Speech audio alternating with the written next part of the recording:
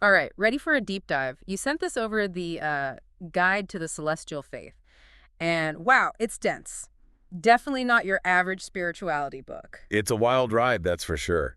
I mean, mixing quantum physics with ancient wisdom, claiming our lives are like a VR game designed by a celestial brain.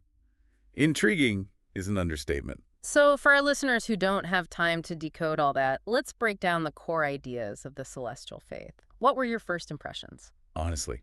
It's like they took every big question about existence and tried to answer it, using both science and spirituality. Kind of refreshing, You actually. don't shy away from the big stuff, like their concept of God, not exactly what you'd expect. Right, completely different from a guy in the clouds judging us. They call it the celestial brain. And the celestial brain is, well, it's kind of everything, right? Yeah, it's like this network of intelligence, this consciousness that's been around since the universe began. And get this, they say we're all part of it. You, me, everyone, like we're all connected to this massive cosmic brain. Okay, that's a lot to take in. So, how does that even work? Are they saying we're all just little pieces of this celestial brain, kind of like neurons or something? Kind of. They use the analogy of journey. We're all on this evolutionary journey through countless lifetimes. And each life is like a learning experience for the celestial brain. So, every time we learn something new, every mistake we make, it's all feeding back into this giant cosmic consciousness. Exactly. And they say the goal is to evolve our consciousness, to become more compassionate, more understanding, more in tune with the universe. Okay, but if that's true, why don't we remember our past lives? Wouldn't that make the learning process a lot easier? They actually address that. They have this whole concept called the veil of forgetfulness. The what now? The veil of forgetfulness, it's like a cosmic reset button. They say it's there for a reason, that it allows us to fully experience each life without the baggage of our past experiences. So each life is like a fresh start. I guess that makes sense in a way, but it still seems a little unfair. Well, they argue that without the veil, we wouldn't have free will. We'd just be repeating the same patterns, making the same choices over and over again. So this veil allows us to make genuine choices, to learn from our mistakes, even if we don't remember making them in the first place. And those choices, they say, have real consequences, not just for us, but for the entire universe. Okay, now we're getting to the good stuff. This is where it starts to feel like the Matrix. Right, like what if our lives really are some kind of elaborate simulation? And the choices we make in this simulation are actually influencing the evolution of consciousness on a cosmic scale. That's a pretty heady concept. But if it's true, it also puts a lot of responsibility on us, doesn't it? Absolutely. But the celestial faith emphasizes that this isn't about being perfect. It's about striving to align ourselves with the universe, to make choices that are in harmony with this force they talk about. The Force, you mean like in Star Wars? Sort of, Yeah. but in this context, it's more like a universal energy, a kind of guiding principle that connects everything. So how do we tap into this force? Is it like meditation or something? Meditation is definitely part of it, but it's bigger than that. They say it's about aligning our thoughts, our intentions, our actions with the flow of the universe. So instead of fighting against the current, we need to learn to swim with it. Exactly. And they believe that when we do that, when we surrender to this force, we can achieve amazing things, not just for ourselves, but for the world around us. Okay, I'm intrigued, but let's get practical here. What are some of the core beliefs of the celestial faith? How do they say we're supposed to live our lives? Well, they're big on compassion, justice, taking care of the planet, all the good stuff. Right, sounds pretty standard so far, Yeah. but how do they tie that into this whole celestial brain idea? They believe that because we're all part of this interconnected consciousness, harming someone else ultimately harms yourself. Okay, I can see that. Kind of like a ripple effect. Exactly. Every action, every thought sends out ripples of energy that affect the whole web of life. So even small acts of kindness can have a huge impact in the grand scheme of things. So it's not just about being a good person, it's about contributing to the evolution of the entire universe. Precisely. And they say that when we align ourselves with this principle of interconnectedness, we start to experience a deeper sense of peace, joy, and fulfillment. That makes sense. But it all sounds a bit theoretical. How do they suggest people actually live this out in their daily lives? What are some practical things we can do to tap into this force and align ourselves with the universe? Meditation is a big one. They believe it helps quiet the mind's chatter, allowing you to connect with the wisdom of the celestial brain. So less monkey mind, more cosmic connection. Exactly. They also emphasize the power of intention, setting clear intentions for what you want to create in your life, and then taking aligned action. Okay, so it's not just about wishing for things to be better. It's about actively shaping your reality. Right. And they believe that when you do that, when you combine clear intention with aligned action, the universe conspires to help you achieve your goals. I like the sound of that. But what about those times when things feel completely random? Like when something amazing happens out of the blue, or when you have a string of bad luck you can't seem to shake?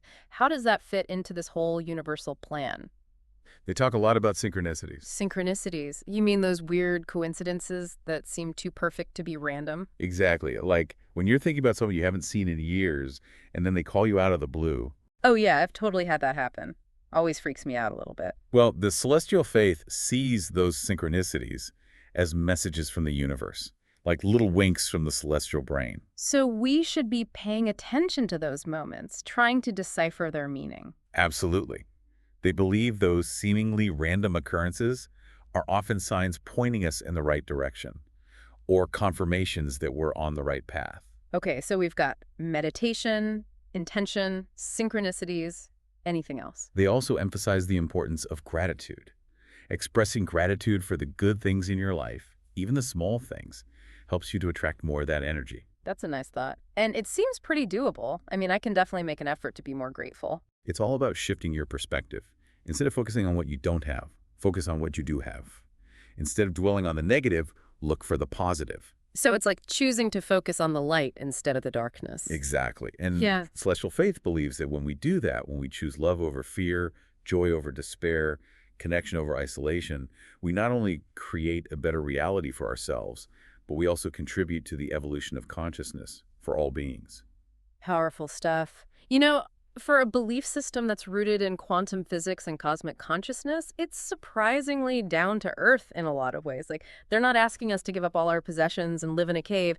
They're just encouraging us to be more mindful, more intentional, more connected. That's the beauty of it, I think. It's accessible to anyone who's willing to open their mind and explore new possibilities. It's not about blindly following a set of rules. It's about finding your own unique path to enlightenment. Speaking of paths, I'm curious about how the celestial faith views other spiritual traditions. Do they have their own sacred texts or prophets? That's one of the things I find most interesting about this belief system. They don't have a single founder or a fixed set of scriptures. So no celestial Bible, no commandments carved in stone. Not quite. They believe that truth can be found in many different forms, from ancient wisdom traditions to modern scientific discoveries. So it's about taking what resonates with you and leaving the rest. Exactly. They encourage their followers to be seekers of truth, to explore different perspectives, and to find what works best for them. Back again. We're really getting into the nitty-gritty of this celestial faith thing. It's a lot of process, but kind of fascinating, right? Totally. And this guide to the celestial faith doesn't hold back. Like their creation story, talk about cosmic. I know, right? Forget Adam and Eve. They're talking about vibrating strings of energy, light and dark forces. And intelligence particles swirling around, eventually forming the celestial brain. It's like the Big Bang meets ancient mythology. Totally. Okay, so moving from the universe's origin to its design, I guess, they use this term infinitely scalable, which threw me off a bit. What's that about? Right, it's like something out of tech, not spirituality. Mhm. But they make it work. Imagine vector graphics, those designs you can zoom in on forever and they never get blurry. They say that's how the universe is built. So not some fixed size, but constantly expanding, changing. Exactly. And the celestial brain is like the ultimate designer, always adding details, refining things. They even suggest those different realms, the ones we're always progressing through. Those are like separate instances within this infinitely scalable system. Makes sense, I guess. Like we can't just jump levels in a video game till we're ready. But speaking of company on this journey, they mentioned soul groups, which sounds kind of nice. It is. It's this idea that groups of souls, they travel together through multiple lifetimes, helping each other out along the way. Like those friends you just know you've known before, even if this life is your first time meeting. That's the idea. Reincarnation with a support system, always there to guide you. I like it. But what about when this whole experience, like this lifetime, is over? They talk about that moment of death where your life flashes before your eyes. Is that literal for them, or? It ties back to the celestial brain. They say that's when your individual consciousness, it merges back into that universal network, Mm? and you get to experience the totality of your soul's journey all at once. Whoa, that's a lot of data to download. So it's not like oblivion. It's more like a massive information dump into cosmic consciousness. Exactly. You remember every life, every lesson, everything you've ever experienced, and then you contribute all those experiences back to the celestial brain, helping it to evolve. Wow. Okay, that's a lot to wrap our heads around. So if this celestial brain is all about love and wisdom, how do they explain all the suffering in the world? Good question. And they don't shy away from it. They acknowledge that suffering exists, but they see it as a necessary part of the learning process. So those challenges, those hardships, they're not there to punish us, they're there to teach us. Exactly. And they believe that by facing those challenges with courage and compassion, we actually contribute to the evolution of consciousness for all beings. So even when things are tough, we have to remember that we're not alone and that our struggles have a purpose. Precisely. And that even in the darkest of times, the celestial brain is always there, guiding us, supporting us, and helping us to find our way back to the light. It's a beautiful thought. And, for a belief system that's rooted in such complex concepts, the message is surprisingly simple.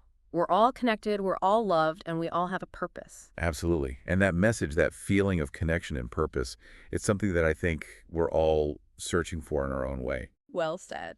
And maybe, just maybe, this celestial faith, this idea of a universe guided by love and intelligence, maybe it's not as far-fetched as it seems. Who knows? It's definitely given us all something to think about. And on that note, we're wrapping up this deep dive into the guide to the celestial faith. Hope you enjoyed the ride. Until next time, keep exploring, keep questioning, and keep searching for those universal truths that resonate with your soul.